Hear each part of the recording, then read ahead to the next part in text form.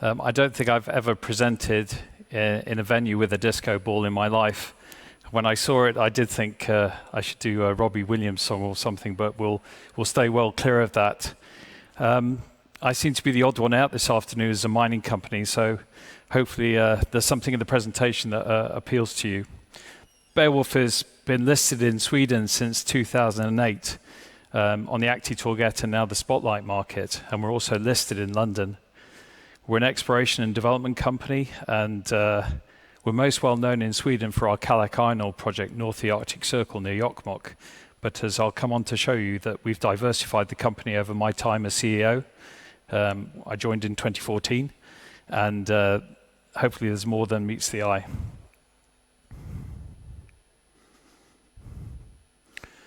So when investors often think about Beowulf, they just think about our Kallak asset, which has been developed by our 100% owned Swedish subsidiary, Jokkmokk Iron.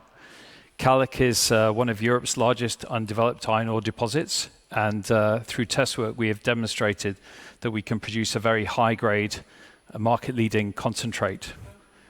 We also have diversified in 2016 into Finland, into a company called Graphintech. And there in Finland, we started off very much in the same mode of exploring and seeking to develop graphite deposits. But with the development in the European battery sector, we see the opportunity to move downstream. And then in Kosovo, we invested in 2018 in a company called Vardar Minerals. And there, that's more, again, traditional work of an exploration development company looking for base metals and precious metals. We've got an asset portfolio which is diversified, as you can see, by commodity and by geography, and we have a very opportunistic approach as to how we create value. So not all of these assets we will seek to put in production. Kallak is our main focus at the moment, but we see multiple ways of realizing cash and realizing value from our investments. So moving on to Kallak. One of the key milestones for the company, which I've been working for about 7 years after having joined, was passed this year, which was the award of the exploitation concession in March. And that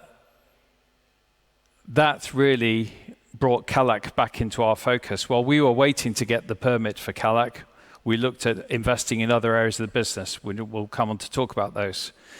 Kallak is a project for its time. We've done test work that proves that the concentrate that we can generate is market leading.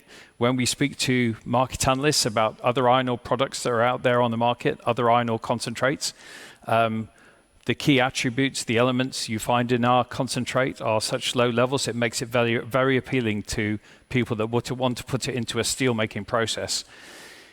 In Norrbotten specifically, we have the development of a fossil-free steel industry taking place on our doorstep. In Boden, in the last 2 years, H2 Green Steel has basically come from nowhere to what we see as being a fully permitted, environmentally permitted project, probably this autumn. And then the dynamics around the broader markets, both in the Nordics and outside in Europe and further afield, are all looking for the type of product that we can generate from Kallak. So we have both domestic and export markets to look forward to. And then in terms of its positioning, I've already touched on the proximity of H2 Green Steel in Boden, but we also have the ability, especially in the Nordics, it's a great place to be able to develop sustainable mining operations, because to coin a phrase, you can effectively plug a mine into the grid. And whereas some of our peers in the industry are looking to reverse engineer to reduce their CO2 footprint, we start with a blank sheet of paper, so we can actually, our ambition is to develop the most sustainable mining operation possible. And then finally, just from infrastructure, again, we're 40 kilometers from the Inlandsbanan, and that gives us access both to going up to Narvik, down to Luleå, and there are other options for export as well. When we actually think about the timeline, we were quite bold this year. When we got the exploitation concession, we said that we want to have the mine in production by 2026. And we do that because the way we have seen authorities and environmental courts permit downstream fossil-free steelmaking or large-scale battery plants, it seems that there's a willingness to permit the downstream, but maybe not such a willingness to permit the upstream. But I'm hoping that that situation is changing. When we talk about Kallak, the project that we got permitted is Kallak North, but the opportunity is much greater than Kallak North. We have the blue circle on the map there is the concession area, and everything else that's green is an exploration permit. So I often talk about 389 million tons of identified iron mineralization. That's if you take the defined resource that we have and then you add the exploration targets to it. And we have a number of different licenses. The ones to the left are all included in 389. And then we also have an additional license to the top right of the map there, which is August Jaeger. And that has a historical resource on it as well.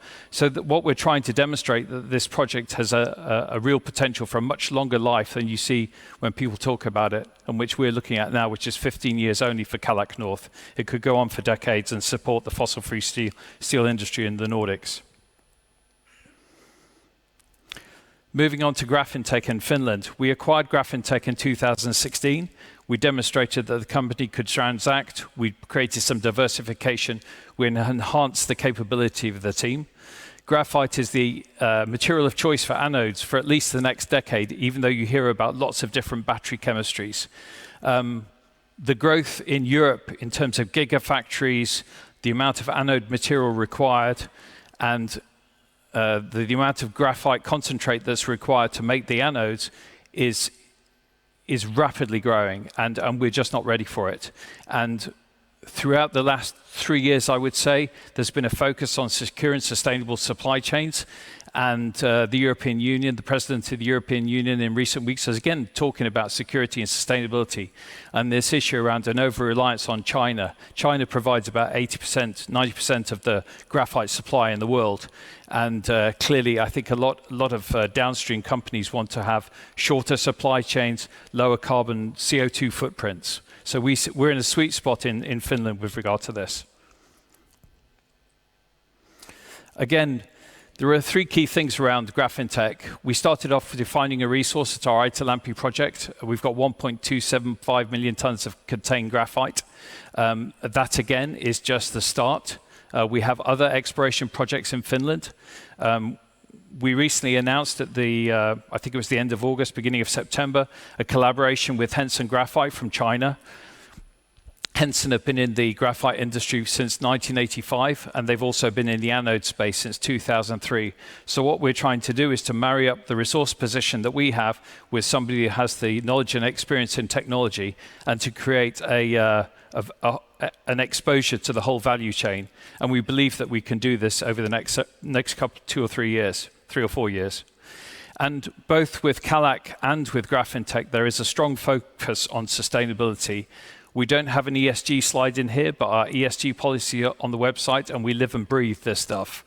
And again, we have access to renewable power. The Finns are building wind power capacity like you wouldn't imagine. And so we have the opportunity with any industrial project that we have to also, again, power it by renewables. And we're also very well supported by the Finnish state through Business Finland, who have been channeling money through the EU into the battery value chain. So tremendous collaboration and tremendous support. Moving on to Kosovo. The Kosovan founders presented us with a very intelligent exploration idea in 2018. Around that time, we still didn't have a permit for Kallak. We didn't know if we were ever going to get a permit for Kallak. And operating in the junior mining space, you know, we have to create news flow for you as investors to show that we have bright ideas, we're investing money and creating opportunities. And the Vardar team presented us with 2 exploration licenses, Mitrovica and Viti. I will only talk to you about Mitrovica. We've had 2 announcements out in recent weeks. The geologists, when they walk over Mitrovica, find metal everywhere. If you're doing soil sampling, if you're doing picking up rocks, they get very excited by everything that they see, both horizontally and vertically. I come from a mining and an operations background. I only really get excited when you tell me that I can dig it up and actually make a mine out of it.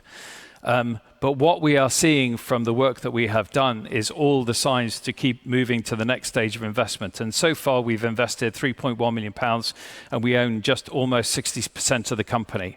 And the 2 announcements that we've come out in recent weeks are about this discovery of a large polymetallic epithermal system. I won't go into the geological definition of what that actually means in practice, but the geologists again get very excited about it, and lots of exploration targets, both base metals and precious metals. Within this whole system, we have an operating mine next door called Stan Terg. So we are looking at a very large picture and a district potential. And from our perspective, what makes this really exciting is the state-of-art exploration technology methods that the Vardar team are using, both physically in the ground and then through different technologies that they're applying, but then when they come to interpret what it is that the exploration results are showing them. And I apologize for this slide. I am not going to read all the information on it to you, but what I'm trying to impress on you is the depth of technical work that's taking place to try and understand exactly what we're looking at here. What we've said with our recent announcements is that we haven't hit economic grades yet. We're building out the picture, but this latest announcement that we did is looking at what we have in Kosovo and comparing it to a very similar deposit being mined in Bulgaria by Dundee Precious Metals. This is how the mining industry works. You kind of think, well, this can't be the only mining asset that looks like this in the world. If the geology is the same in several locations, you can do comparisons. And this is what the Vardar team has been doing to show us where we should be drilling next. And that's the next stage of work there. So just finishing off on the roadmap, what we're doing with Jokkmokk at the moment is completing a scoping study. That's the next technical study that we do, and we're hoping to complete that by the end of this year and then rapidly move straight into a pre-feasibility study. We are actively working through work streams that support making an environmental permit application next year. And we're very lateral thinkers, so we're continually thinking about who might be potential partners to join us on taking Kallak into production. And as I touched on, the 389 million tons, there's a focus on how can we add to the mineral resource that we've defined in Kallak North by looking at Kallak South and drilling the exploration target there. With Graphin there's a real focus, given our recent partnership with Henson Graphite, is how we actually put that into a physical downstream project and build an anode materials plant. So that's where our energies are going now. And again, it's continued exploration. We've been looking around Aitalampi just recently. And we're also, in terms of the sustainable development story, focused on how we can generate circular economy feedstocks. And there are a variety of opportunities that we see where we can take both recycled materials and natural materials to make anodes. And finally, what we're looking at with Vardar now is a drill program either at the end of this year or the beginning of next year. And then dependent on that, it may be a case of there are multiple options available to the company, either to continue to invest, to seek a third party, or if we've got enough critical mass around the business to spin the company out. Thank you very much.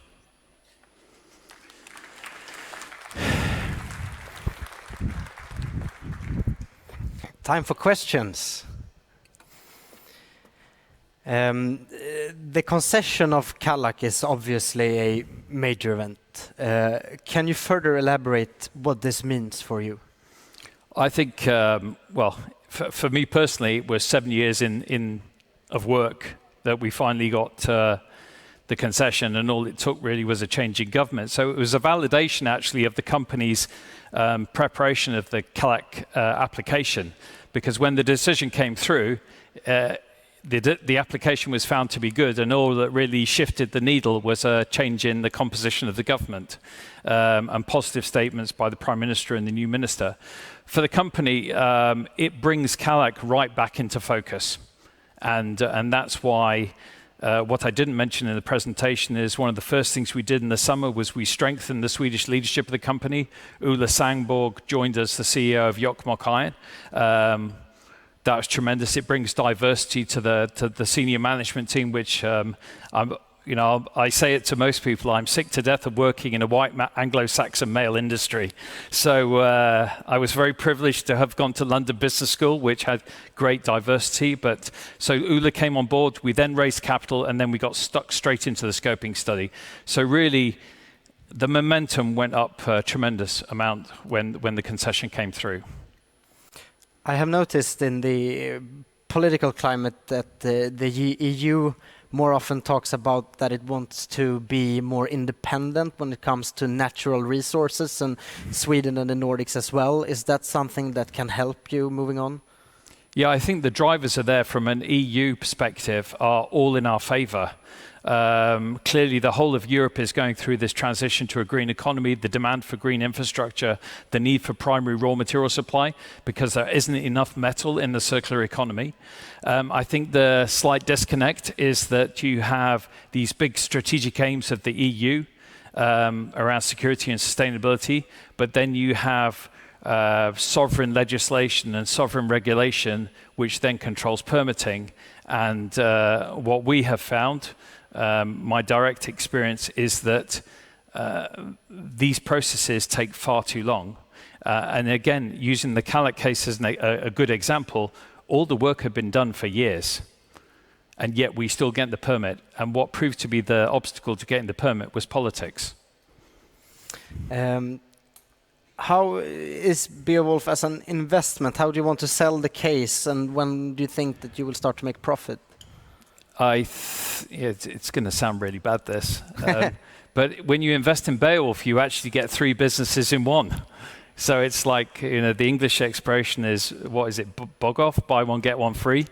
There's been a sequence of, there's reasons why we have 3 companies in one. And there's been sequential development. While we hadn't got the Kallak permit, we had to create some diversification. And what we found is all of these businesses now are positioned very nicely in terms of the general drivers around green transition in response to climate emergency. So again, the Kallak decision has brought to focus for us as a management team, okay, the financial modeling. So that's what's taking place with the Kallak project at the moment, the scoping study, financial modeling. And similarly with the Graphintech business, it's around let's actually put some meat on the bones of what this is as a business rather than just doing more exploration. Geologists get very excited about exploration. I too get excited about exploration, but I'm more excited about production and being paid for it. Peter from Kalkyl, do you have questions for Kurt? Thank you, Albin. Yes, I have some questions, and thank you for the great presentation as well, Kurt. So my first question is, you have estimated that about 389 million tons of iron ore are located in the Kallak region. And this is obviously an important region for you. So how sure can you be of this estimation, and can you explain the process behind your estimations? Yeah, so when we define that, we don't define it as iron ore, it's iron mineralization. So the classified resource, the industry bodies that allow competent persons to actually say this is a certain amount of iron ore in a certain deposit, and this is the amount of work enables you to raise the classification to a higher degree of certainty. So with Kallak North, we have a much higher degree of certainty, and we have some resource around Kallak South, but then there's an exploration target. So when you take the exploration target and you add it to the mineral resource, that's when you get the 389 million tons. But there's a lot of work to be done around the exploration targets to bring them into what would be a resource and then eventually into a mining plan.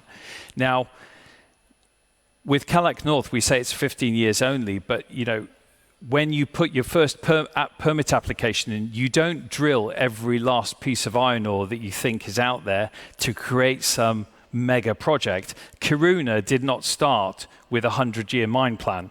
Kiruna probably started with a 15-year mine plan. And over time, as they got into business, then you start to do your exploration and you drill, you prove up resource, you convert it into reserve, and then you build it into your mining plan. And you go year after year. So what we're trying to give confidence to the downstream is that there's a lot more potential than what we have with our initial project, and then that can support the secure supply to fossil-free steelmaking projects that are being developed at the moment. Thank you. And the insider ownership in Beowulf is arguably low at approximately 1.5% of the company. Do you have any plan or intention of increasing the amount of insider ownership to increase the alignment regarding the incentives between the management and the shareholders? Yeah, we announced a long-term incentive plan in the summer this year. as a small company and a relatively small company and a relatively small team, remuneration is often thought as an afterthought. We've got lots of other things to be doing, and we're trying to build it into as being a more systematic process. I've never sold a Beowulf share. I'm significantly invested in this company, even though from a percentage standpoint, it doesn't show that much. But even when I joined the company in 2014, my salary was benchmarked as CEO at the lowest quartile for comparable CEOs, and then I took a 30% salary sacrifice, which was converted into equity. Back in 2015, if anybody cares to remember, the company was worth less than 50 million SEK on Acti Torget, and was financially distressed. So very much the first year of the company was a lot of sleepless nights and a few nightmares, and it was a turnaround in actual fact. And I think, I never thought it would take 7 years to get the Kallak concession, but I'm doing a very good job of not answering your question. But what I'm trying to show is that we invested all the way through. So yeah, incentive plans remain a firm part of how we align management and shareholder interests. Love that answer, thank you. And during the coming years, you have some permits that will expire. What is the likelihood of gaining new permits for these locations? And can you explain the rationale for decision makers behind giving Beowulf new permits? Our team is very focused on permit renewals. It's kind of like a bureaucratic thing to get exploration permits renewed. We've churned permits through the company. We've always, during my time in the company, every permit we've applied for, we've got, and permit renewals. So it's something we pay great attention to. We make sure that we're meeting all the requirements of being able to renew a permit, including investment in different prospects. So it's not something that I put as a high risk factor on when we're looking at all the risks that the company is facing. So very big likelihood, in other words, of getting new ones. So to summarize the investment case, the company has no current revenue source and a history of operating losses. However, the demand for and the extraction of iron ore and other minerals has increased rapidly during the last decades. In other words, the major market trends speak for Beowulf, but it's difficult to determine when they will start generating revenue and cash flow. That being said, we believe Beowulf has a high upside potential, but the timing is harder to estimate, which could lead to more dilution for existing shareholders. Thank you, Kurt. Thank you, Albin. Thank you, Kurt Budge. Thank you.